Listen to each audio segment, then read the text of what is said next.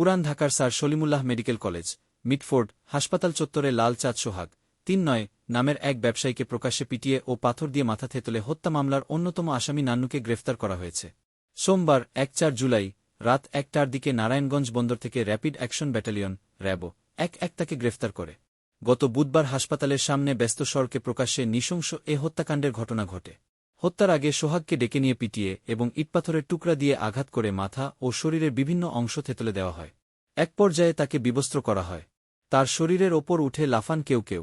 Police ও নিহতের পারিবারিক সূত্রে জানা যায়, পূর্বপরিচয়ের সূত্র ধরে পুরান ঢাকার কয়েক যুবক সোহাগকে বুধবার দুপুরে ডেকে নেয়।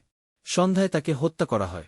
সোহাগ পুরনো তামার তার ও অ্যালুমিনিয়াম শিটসহ ভাঙাড়ি জিনিসের ব্যবসা করতেন। পারিবারিক সূত্র জানায়, সোহাগ একসময় যুবদলের রাজনীতির সঙ্গে যুক্ত ছিলেন।